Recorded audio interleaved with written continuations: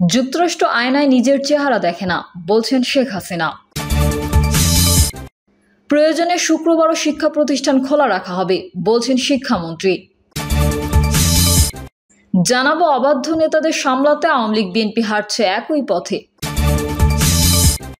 এবং সর্বশেষ জানাবো নয়াপল্টনে শ্রমিক সমাবেশ করবে বিএনপি। এতক্ষণ শুনছিলেন সংবাদ শিরোনাম, এবারে বিস্তারিত। তবে তার আগে অনুরোধ থাকবে আমাদের চ্যানেলটি সাবস্ক্রাইব করে বেল আইকনটি ক্লিক করুন।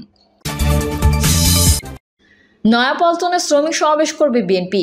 মে দিবস উপলক্ষে শ্রমিক সমাবেশ করবে বিএনপি। মঙ্গলবার যৌথ সভা শেষে নয়াপল্টনের সংবাদ সম্মেলনে এই কথা জানান বিএনপির সিনিয়র যুগ্ম মহাসচিব রুহুল কবির রিজভী। বুধবার বিকেল ৩টায় রাজধানীর নয়াপল্টনে এই সমাবেশ করার ঘোষণা দিয়েছে দলটি। রিজভী জানান, বিকেল ৩টায় নয়াপল্টনে বিএনপির শ্রমিক সমাবেশ অনুষ্ঠিত হবে। এই জন্য ঢাকা মেট্রোপলিটন পুলিশের কাছে অনুমতি চাওয়া হয়েছে।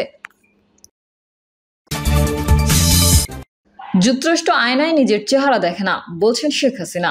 যুক্তরাষ্ট্রের মানবাধিকার পরিস্থিতির সমালোচনা করে প্রধানমন্ত্রী শেখ হাসিনা বলেছেন, তারা বাংলাদেশের ওপর মানবাধিকার রিপোর্ট লেখে, কিন্তু আয়নায় নিজেদের চেহারা দেখে না। মার্কিন যুক্তরাষ্ট্রে পুলিশের গুলিতে বাংলাদেশি তরুণ হত্যার জবাবও চান শেখ হাসিনা। একই সঙ্গে বাংলাদেশের মানবাধিকার পরিস্থিতি উন্নতি হয়নি যুক্তরাষ্ট্রের এমন প্রতিবেদনেরও সমালোচনা করেন তিনি।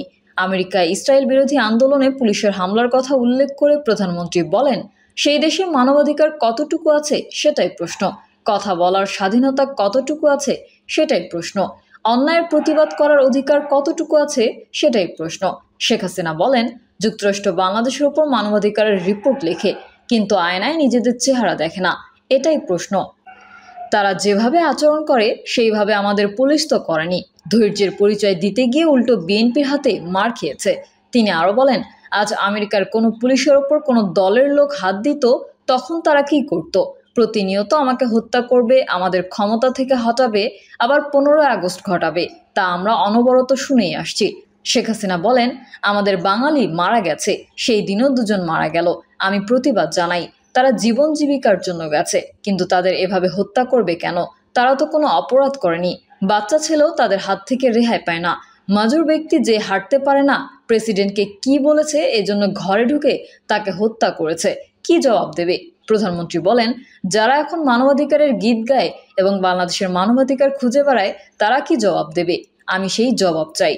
মানবাধিকার সংস্থা, বিচার বিভাগ যারা আমাদের নিষেধাজ্ঞা দেয়, আমাদের উপর খবরদারি করে, তাদের কাছে জবাব চাই।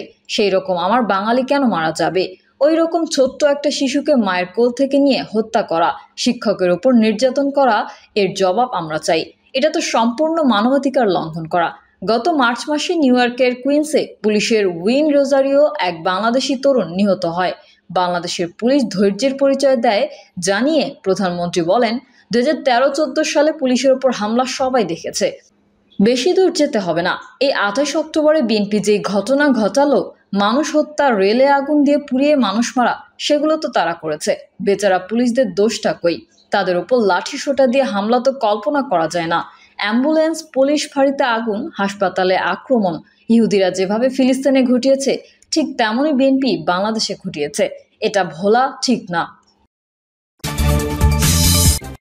প্রয়োজনে শুক্রবারও শিক্ষা প্রতিষ্ঠান খোলা রাখা হবে, বলছেন শিক্ষামন্ত্রী। নতুন কারিকুলামে শিক্ষা কার্যক্রম পরিচালনার জন্য প্রয়োজনে শুক্রবারও শিক্ষা প্রতিষ্ঠান খোলা রাখতে হতে পারে বলে মন্তব্য করেছেন শিক্ষামন্ত্রী মহিবুল হাসান চৌধুরী নওফেল। সচিবালয়ের নিজ দপ্তরে সাংবাদিকদের বিভিন্ন প্রশ্নের উত্তর দেন শিক্ষামন্ত্রী। এই সময় তাকে প্রশ্ন করা হয়, আগামী বছর থেকে গ্রীষ্মকালীন ছুটি বাতিল হবে কিনা। প্রশ্নের জবাবে তিনি এই মন্তব্য করেন।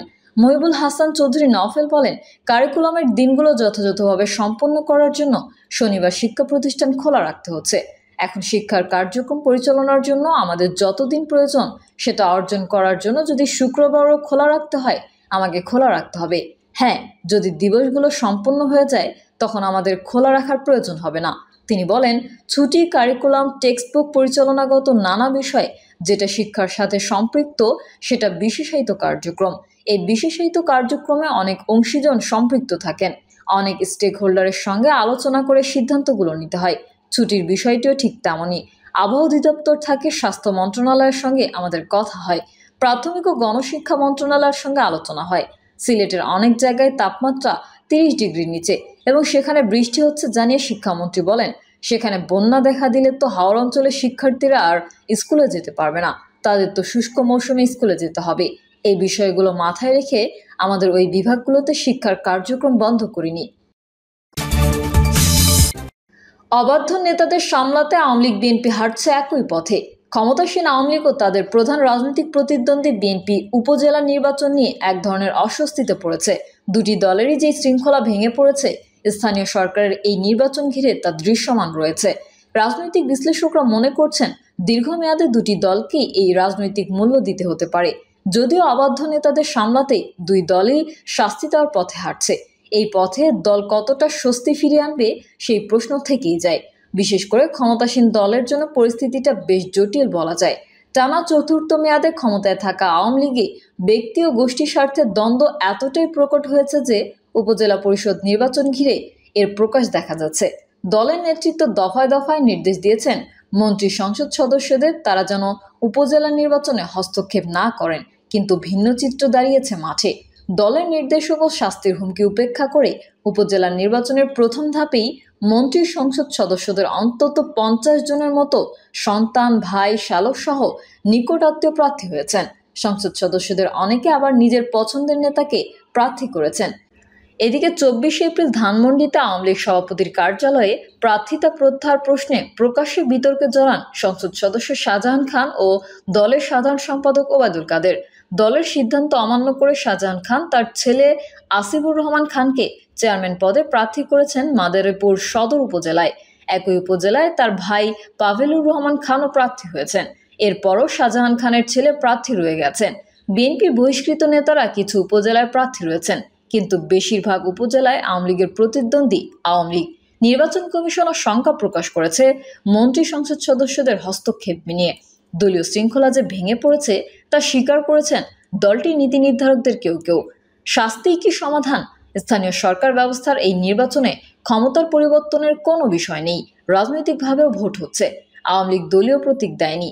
এর পেছনে অন্যতম কারণ ছিল দলের তৃণমূলের বিভেদ দূর করা। বিএনপির বর্জনের মুখে গত জাতীয় সংসদ নির্বাচন প্রতিদ্বন্দ্বিতামূলক দেখাতে স্বতন্ত্র প্রার্থী দেওয়ায় আওয়ামী লীগের কৌশলে তৃণমূলে বিভেদ সৃষ্টি হয়। সেই বিভেদ নিরসনে দলগতভাবে উপজেলা নির্বাচন না করার কৌশলও ব্যর্থ হতে পারে। দলের নীতি নির্ধারকদের মধ্যেই এমন আশঙ্কা তৈরি হয়েছে। দলের তৃণমূলে বিশৃঙ্খলা ঠেকাতে শেষ পর্যন্ত সাংগঠনিক ব্যবস্থা নেওয়ার কথা বলছে আওয়ামী লীগ, কিন্তু দলের প্রেসিডিয়াম সদস্য বা কেন্দ্রীয় নেতা ও সংসদ সদস্যদের বিরুদ্ধে কতটা কঠোর হতে পারবে দলটি, সেই প্রশ্ন আছে। আর শাস্তি দিলেই তৃণমূলে বিভেদ ও বিশৃঙ্খলা দূর হবে, এটা নিয়ে রয়েছে সন্দেহ। লক্ষ্যহীন বিএনপি। গত 7 জানুয়ারি জাতীয় সংসদ নির্বাচনের পর উপজেলা নির্বাচন বর্জন করছে বিএনপি। তবে দলের অবস্থানের বাইরে গিয়ে যারা ভোটের মাঠে নেমেছেন তাদের ঠেকাতে বিএনপি নেতৃত্বের চেষ্টাও ব্যর্থ হয়েছে। প্রথম দফায় নির্বাচনে প্রার্থী হয় 75 জনকে দল থেকে বহিষ্কার করেছে বিএনপি। 4 দফায় উপজেলা নির্বাচনে এই বহিষ্কারের তালিকা আরও দীর্ঘ হবে। আসলে সরকার বিরোধী আন্দোলনে ব্যর্থ হওয়ার পর বিএনপি কিভাবে এগোবে সেই লক্ষ্য ঠিক করতে পারছে না। দলের লক্ষ্যহীন এই অবস্থা দেখা গেছে উপজেলা নির্বাচন ঘিরে তাদের সিদ্ধান্ত নেওয়ার ক্ষেত্রে। প্রথম ধাপে 150টি উপজেলায় নির্বাচনের মনোনয়নপত্র জমা দেওয়ার শেষ মুহূর্তে গিয়ে ভোট বর্জনের সিদ্ধান্ত নেয় বিএনপি। এর মধ্যেই দলটির অনেক নেতা ভোটে নেমে পড়েন। তৃণমূলের বাস্তবতা আসলে কতটা বিবেচনায় নিয়েছে বিএনপির নেতৃত্ব সেই আলোচনাও রয়েছে দলটিতে। কারণ দীর্ঘ আন্দোলনে মামলায় জর্জরিত দলের নেতাকর্মীদের এখন আদালতে যাতায়াত দৈনন্দিন নিয়ম হয়ে দাঁড়িয়েছে। আর মামলা লড়তে অর্থের যোগান বিষয় তো আছেই। একদিকে মামলার বোঝা, অন্যদিকে আন্দোলনে ব্যর্থতার হতাশা তৃণমূলের নেতাকর্মীদের বড় অংশকে নিষ্ক্রিয় করে ফেলেছে। কিন্তু জনসমর্থন আছে। মাঠের এমন নেতাদের নিজ নিজ এলাকায় ঘুরে দাঁড়ানোর বা একটা অবস্থান তৈরির একটা সুযোগ এসেছিল উপজেলা নির্বাচন। বিএনপি 2021 সাল থেকে স্থানীয় সরকারের কোনো নির্বাচনে অংশ নিচ্ছে না। স্থানীয় সরকারের কোনো কাঠামোতেই দলগত অবস্থান নেই। 17 বছর ধরে ক্ষমতার বাইরে থাকা দলটির। তৃণমূলের দলটির সাংগঠনিক দুর্বলতার ক্ষেত্রে এরও একটা প্রভাব রয়েছে। সরকার বিরোধী আন্দোলন ব্যর্থ হওয়ার পেছনে এই সাংগঠনিক দুর্বলতাকেও একটি কারণ হিসেবে দেখা হয়। পরিস্থিতিকে দলের নেতাদের কেউ কেউ স্বীকার করেন। তবে উপজেলা নির্বাচনে অংশ নেওয়ায় দলীয় নেতাদের বহিষ্কারের তালিকা দীর্ঘ হলে সেটি তৃণমূলের সংগঠনকে আরও দুর্বল করবে, এমন পর্যালোচনা বিএনপির ভেতরেও আছে। এরপরও কঠোর অবস্থানে রয়েছে বিএনপির শীর্ষ নেতৃত্ব। সাবেক নির্বাচন কমিশনার সাখাওয়াত হোসেন মনে করেন, উপজেলা নির্বাচনে যে অবস্থান নিয়েছে আওয়ামী লীগ ও বিএনপি, তাতে দুই দলকেই দীর্ঘমেয়াদে রাজনৈতিক মূল্য দিতে হতে পারে। প্রিয় দর্শক, এই ছিল এখনকার সর্বশেষ সংবাদ। আপডেট সহ সংবাদ পেতে চ্যানেলটি সাবস্ক্রাইব করে বেল আইকনটি ক্লিক করুন। কমেন্টে আপনার মতামত জানিয়ে আমাদের সাথেই থাকুন। ধন্যবাদ সবাইকে। আল্লাহ হাফেজ।